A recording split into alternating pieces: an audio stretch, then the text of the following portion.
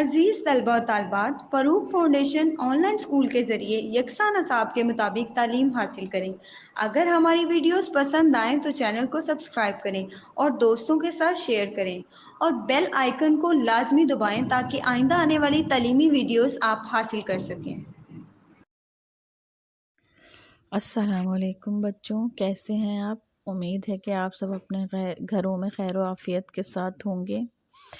बच्चों, Farooq foundation online school से आप मुकम्मल तालीम हासिल करके बोर्ड का इम्तिहान बराए जमातिन नहुम और दहुम बेहतर तौर पर पास कर सकते हैं। आप अपनी उम्र और तालीम के मुताबिक मज़ीद तालीम हासिल कर सकते हैं। वालिदैन के से फ़ोन या कंप्यूटर पर हमारी वीडियोस के ज़रिए तालीम हासिल करने की दरख्वास्त करें। रोज़ाना 1 से 2 घंटे ऑनलाइन पढ़ाई करें और जब आप स्कूल जाएंगे तो आपको मज़ीद किसी मदद की ज़रूरत नहीं होगी। इस तरह पढ़ाई करके आप अपना वक्त और वालिदैन के अखराजात में बचत कर सकते हैं। ऑनलाइन स्कूल की कोई फ़ीस नहीं है। आप जूम पर भी क्लासेस का फ़ायदा उठा सकते हैं। हर मज़मून की मुकम्मल तालीमी वीडियो मौजूद है। बच्चों, उम्मीद है कि आप सब इससे फ़ायदा उठाएंगे। Auzubillahiminash-shaytanir-rajim. Bismillahir-Rahmanir-Rahim. Assalamu alaikum students. I hope you all are doing well. As you all know students, we had started chapter number 5 in our previous 3 videos, and we had discussed quite a lot of topics. In the last video we had discussed displacement and combustion reaction. Basically, displacement and combustion are the different type of chemical reaction, and displacement reaction, one substance pushes out another substance to take its place. If an iron nail is put into a jar containing copper sulfate solution, some iron dissolves and displaces the copper in the solution. The copper is deposited on the nail. Displacement reaction basically एक reaction है जिसमें एक substances displace करता है दूसरे substances को और उसकी जगह जो है वो ले लेता है। जैसे कि iron and copper sulphate solution है। कॉपर सल्फेट का एक सॉल्यूशन है जिसमें हमने एक आयरन नेल डाला है। इस सॉल्यूशन में डालने के बाद आयरन जो नेल था उसका जो हाफ एरिया डिप हुआ हुआ था कॉपर सल्फेट के अंदर, वो आयरन जो है वो डिस्प्लेस हो जाएगा किससे? कॉपर से। कॉपर ले लेगा जगह आकर आयरन की और एक कॉपर की कोटिंग हो जाएगी उस आयरन नेल पर, यानी कि एक जंग सा लग जाएगा, जंग की एक कोटिंग हो जाएगी उस आयरन प्लेट पर, आयरन नेल पर। सो ये एक है डिस्प्लेसमेंट रिएक्शन कि किस तरह आयरन को कॉपर ने जाकर डिस्प्लेस कर दिया आयरन को। और कॉपर हमें कहाँ से मिला? कॉपर सल्फेट सॉल्यूशन में ही हमारे पास बेसिकली जो है वो कॉपर पाया गया था। In combustion reaction, combustion or burning is a chemical reaction between fuel and oxygen in the air. जैसे कि मैंने आपको अब क्लास वीडियो में एक वर्ड इक्वेशन तक पढ़ाया था, आपको याद होगा आपने अगर मेरी वीडियो अच्छी तरह देखी होगी। कंबशन एक बर्निंग रिएक्शन है जिसमें फ्यूल बर्न होता है ऑक्सीजन के साथ और हमें एट द एंड देता है water, carbon dioxide and heat energy. अब कंबशन रिएक्शन होता कहाँ है, कहाँ यूज़ है? कंबशन रिएक्शन हो रहा होता है बहुत सारे जो है हाउसेस में। किस पर्पस के लिए यूज़ करते हैं हम लोग?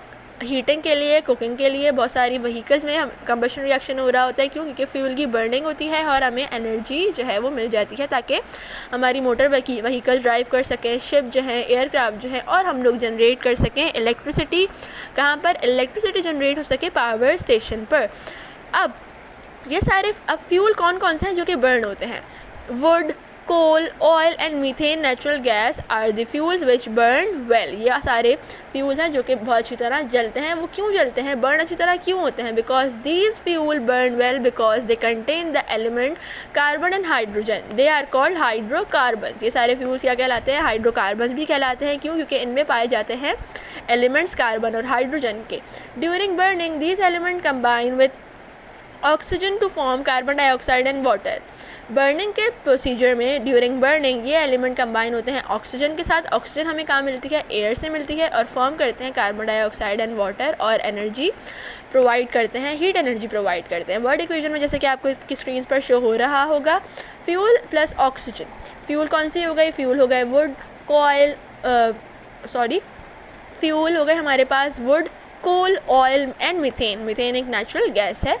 ये सारे कंबाइन होंगे ऑक्सीजन के साथ, इनकी बर्निंग होगी। बर्निंग के वजह से हमें क्या क्या मिल जाएगा, वाटर मिलेगी, कार्बन डाइऑक्साइड जो कि किस में जाके मिल जाएगी, एयर में जाके मिल जाएगी, और हीट एनर्जी मिलेगी जिसकी वजह से हमारे जो शिप है, एयरक्राफ्ट हैं, मोटर व्हीकल्स हैं, वो क्या होंगे, वो चलेंगे, वो हम लोग वो ड्राइव कर सकेंगे, जनरेट कर सकेंगे इलेक्ट्रिसिटी पावर स्टेशंस में। और जो घरों में खाना बनाने के लिए हम लोग हीट यूज़ कर रहे होते हैं, हीटिंग एंड कुकिंग पर्पज़ के लिए घरों में जो हम लोग खाना बनाने के लिए हीट करेंगे यूज़, ताकि हमारा खाना बन सके या फिर हम कभी भी कोई चीज़ दोबारा से गर्म कर सकें।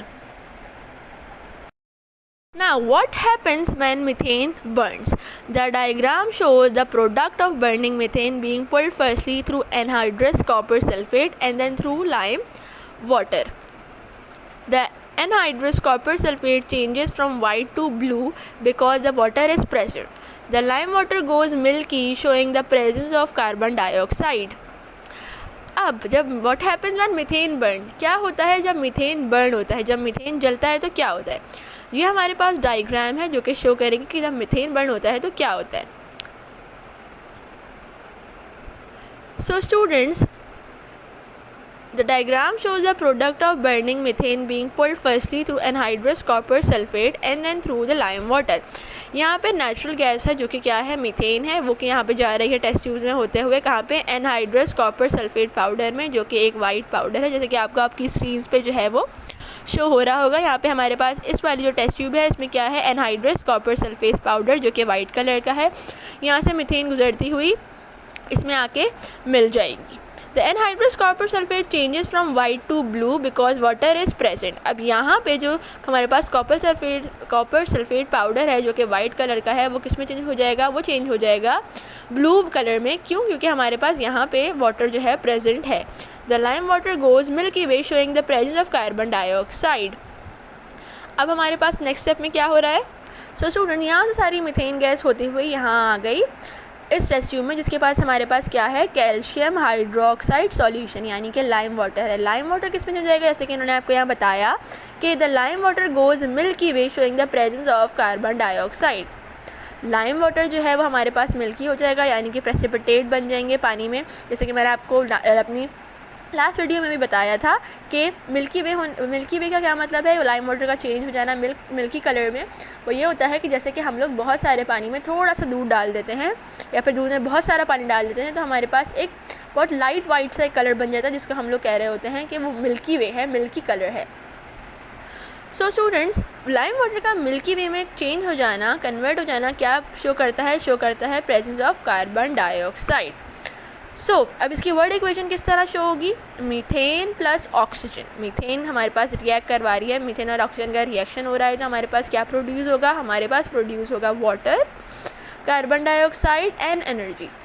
अब आप बोलेंगे कि हमने रिएक्शन क्यों करा, तो स्टूडेंट्स हमने ये रिएक्शन इसलिए करा है क्योंकि वुड है, कोल है, ऑयल है, ये सब तो हमारे पास जल गए, हमें एनर्जी मिल गई, लेकिन मीथेन किस तरह बर्न होता है, मीथेन एक नेचुरल गैस है, वो किस तरह बर्न होती है। तो हमने यहाँ पे रिएक्शन आपको करके दिखाया है कि मीथेन एक नेचुरल गैस जो कि यहाँ से ट्यूब्स पे होती हुई जाएगी एक टेस्ट ट्यूब में, जिसमें हमारे पास कॉपर सल्फेट पाउडर है जो कि टर्न हो जाएगा ब्लू।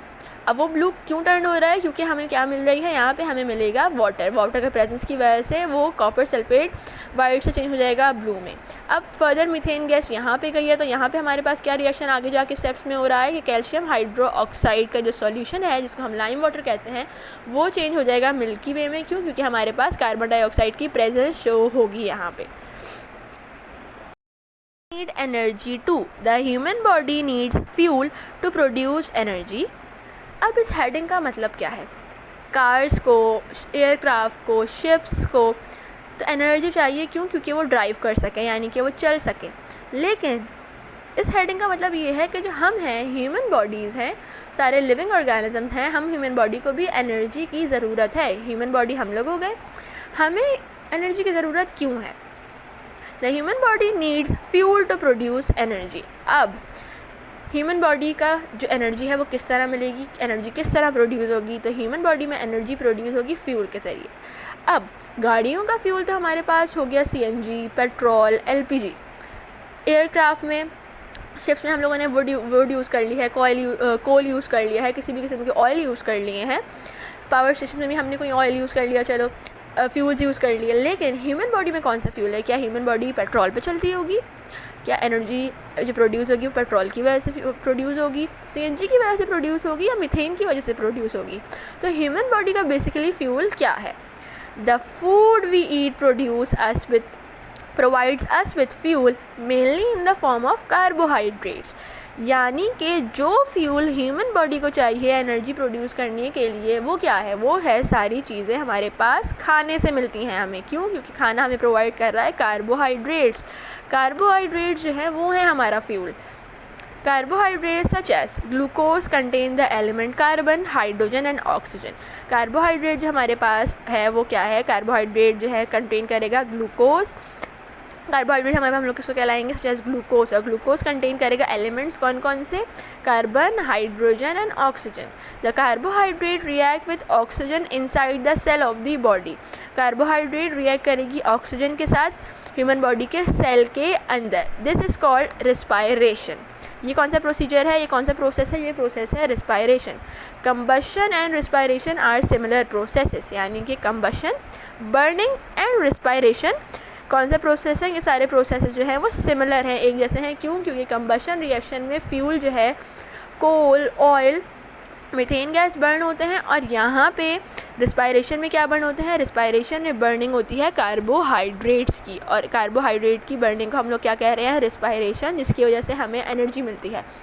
अब ह्यूमन बॉडी को एनर्जी क्यों चाहिए? क्योंकि हमें पढ़ने के लिए, लिखने के लिए, इधर से उधर जाने के लिए, ट्रैवल करने के लिए, चढ़ने के लिए, कोई भी काम करने के लिए, इवन के एक जगह से उठकर दूसरी जगह जाने के लिए भी एनर्जी चाहिए। अगर कभी हम लोग खाना नहीं खाते, या जब हम लोग कभी रोज़ा भी रख रहे होते हैं और बहुत टाइम हो जाता है, तो हमें रोज़ा खुलने से पहले, जैसे कि अब रमज़ान आने वाले हैं, तो हमें रोज़ा खुलने से पहले थोड़ी वीकनेस सी फील होने लगती है।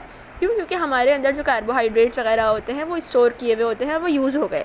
जब हमने रोज़ा रखा, हमने खाना नहीं खाया कुछ आवर्स के लिए, 7-8 घंटों के लिए, तो वो कार्बोहाइड्रेट उन्होंने हमें एनर्जी प्रोवाइड कर दी। लेकिन कुछ टाइम बाद हमारी एनर्जी सोर्सेज जो हैं वो कम होना शुरू हो जाती हैं, तो हमें बहुत वीकनेस फील होने लगती है, हमें काम करना मुश्किल लगता है, हमें चलना फिरना उठना मुश्किल लगता है। क्यों? क्योंकि हमारे पास एनर्जी जो है वो कम से कम होती जाती है, हम लोग एनर्जी डिप्राइव्ड होने लगते हैं, एनर्जी की कमी होने लगती है हमारी बॉडी में। तो उस सूरत में हमारे पास जो है, हम लोग खाना खाते हैं, इफ्तार करते हैं, इफ्तार में हम लोग कुछ खाना खा रहे होते हैं जिससे हमें कार्बोहाइड्रेट मिलते हैं। कार्बोहाइड्रेट की क्या होती है? रिस्पायरेशन होती है, बर्निंग होती है। उनकी वजह से, उस बर्निंग की वजह से हमें क्या मिल जाती है? एनर्जी मिल जाती है, और हम दोबारा से एक्टिव हो जाते हैं, अपने रूटीन के काम जो है दोबारा से करने लगते हैं। Okay, now students, it's time to test yourself. Is burning endothermic और एक्सोथर्मिक? Explain your answer. जो बेसिकली हमारा बर्निंग यानी कंबशन रिएक्शन है, वो हमारे पास एंडोथर्मिक रिएक्शन है या एक्सोथर्मिक रिएक्शन है?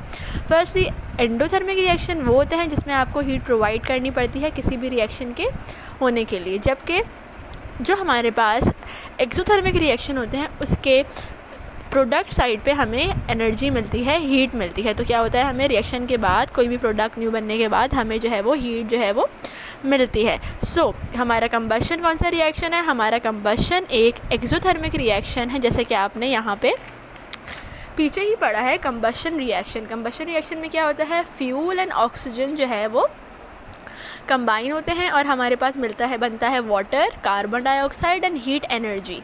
हीट एनर्जी हमें क्या मिल रही है? एनर्जी मिल रही है at the end of the reaction. That's why it is an exothermic reaction. What is an oxide? An oxide, which oxide is produced when carbon is burned in the air? So students, what is an oxide? An oxide is a binary compound of oxygen with another element. Oxide क्या होता है? Oxide होता है एक binary compound oxygen का, जिसके साथ हम लोग कोई और जो है एलिमेंट जो है वो कंबाइन हुआ हुआ होता है। लाइक नाइट्रोजन तो होगा नाइट्रोजन ऑक्साइड, सल्फ़र अगर ऐड होगा तो sulphur oxide.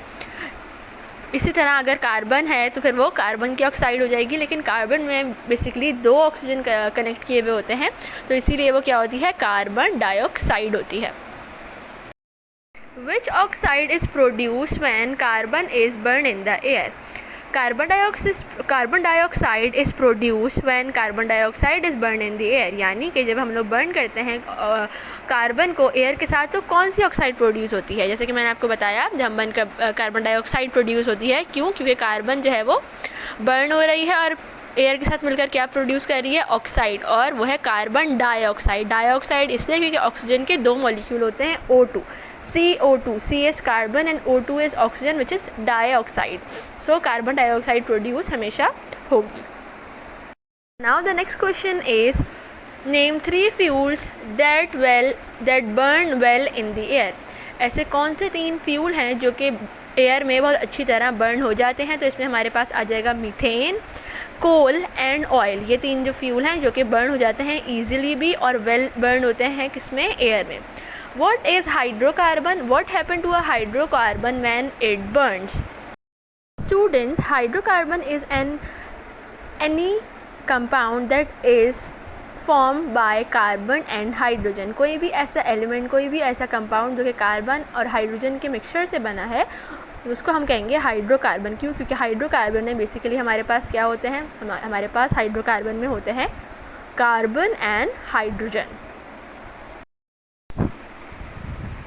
When hydrocarbon burn in air और when the hydrocarbon is burned, हमारे पास हाइड्रोकार्बन की बर्निंग की वजह से क्या प्रोड्यूस होगा, हाइड्रोकार्बन की बर्निंग की वजह से हमारे पास प्रोड्यूस होगा carbon dioxide and water. Carbon dioxide क्यों प्रोड्यूस होता है, क्योंकि हाइड्रोकार्बन हमेशा बर्न होगा in the presence of the oxygen. In the presence of the oxygen की वजह से कार्बन एंड ऑक्सीजन जो है वो एक कंपाउंड बना लेंगे, कार्बन डाइऑक्साइड, और वाटर जो है वो प्रोड्यूस होगा, एक अलग कंपाउंड बन जाएगा। तो हाइड्रोकार्बन की बर्निंग की वजह से जो हमारे पास रिएक्शन होता है, जो हमें एंड प्रोडक्ट मिलते हैं, वो क्या मिलते हैं, वो मिलेंगे हमारे पास water and carbon dioxide.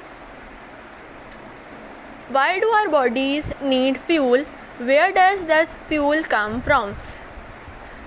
So student, हमारी बॉडी को फ्यूल की क्यों ज़रूरत होती है और जो फ्यूल आता है वो हमारे पास कहाँ से आ रहा होता है। तो जैसे कि आपने यहाँ पे पढ़ा था, the human body need fuel to produce energy. हमें एनर्जी प्रोड्यूस करने के लिए ह्यूमन बॉडी को फ्यूल की ज़रूरत है। और वो फ्यूल कहाँ से आ रहा है, the food we eat provide us with fuel, यानी कि जो फूड हम लोग खा रहे होते हैं वही हमें प्रोवाइड करता है, क्या, वो एनर्जी प्रोवाइड करता है। और हमारा फ्यूल क्या है, ह्यूमन बॉडी का फ्यूल है जो हम लोग खा रहे होते हैं, कार्बोहाइड्रेट। जो हमारी डाइट होती है, जो हमारा फूड होता है, उससे हमें मिलते हैं कार्बोहाइड्रेट, और वही है ह्यूमन बॉडी का fuel. Give one way that combustion and respiration are the same and the different. इन्होंने बताया, क्वेश्चन में ये पूछा गया है कि कौन से ऐसे रीज़न हैं जिससे आप बताएंगे कि कंबशन एंड द रिस्पायरेशन जो है वो सिमिलर है। कंबशन और जो रिस्पायरेशन है वो दोनों प्रोसीजर जो हैं वो सिमिलर इसलिए हैं क्योंकि इन दोनों में हमें क्या चाहिए होती है, हमें एंड प्रोडक्ट में एनर्जी चाहिए होती है और हमेशा बर्निंग होती है फ्यूल की। यहाँ पे हमारे पास कंबशन में फ्यूल क्या है, कंबशन में हमारे पास जो फ्यूल है वो है wood, coal, oil and methane. जबकि जो हमारे पास रिस्पायरेशन है, रिस्पायरेशन में हमारा फ्यूल क्या है, वो हमारे फ्यूल हैं फूड, जो कि मेनली कंसिस्ट करते हैं कार्बोहाइड्रेट के। और हमें यहाँ पे भी कंबशन में एनर्जी मिलती है और रिस्पायरेशन में भी ह्यूमन बॉडी को एनर्जी मिलती है। तो ये सारे जो हमारे कंबशन एंड रिस्पायरेशन हैं वो दोनों क्या हैं, वो दोनों सिमिलर हैं। डिफरेंट इसमें सिर्फ ये है कि कंबशन जो प्रोसीजर हो रहा होता है वो क्या होता है, हमारे पास फ्यूल जो है वो जलेगा, किसमें, बर्न होगा एयर की प्रेजेंस में। जबकि ह्यूमन बॉडी में रिस्पायरेशन क्या हो रही होती है, रिस्पायरेशन हो रही होती है कार्बोहाइड्रेट की बर्निंग की वजह से। जब कार्बोहाइड्रेट बर्न होते हैं inside the human body, inside the cell, तो हमें एनर्जी मिलती है। ये एक डिफरेंट है रिस्पायरेशन में और कंबशन में। सो स्टूडेंट्स, आपको जो आपका टॉपिक है डिस्प्लेसमेंट, कंबशन एंड रिस्पायरेशन, वो बहुत अच्छी तरह समझ में आ गया होगा। हमने कुछ ये टेस्ट योरसेल्फ के क्वेश्चंस भी कर लिए हैं जिससे आपको और एक्सप्लेनेशन मिल गई है कि किस रिएक्शन में क्या हो रहा है, किस जगह हमें एनर्जी की नीड है, किस जगह हमें at the end of the reaction energy मिलती है, हाइड्रोकार्बन्स क्या हैं और क्यों काम करते हैं, बॉडी को फ्यूल क्यों चाहिए होता है। सो ये लेक्चर बहुत अच्छी तरह सुनिएगा। नेक्स्ट वीडियो में न्यू टॉपिक के साथ मुलाकात होगी। टिल देन टेक केयर, अल्लाह हाफिज़।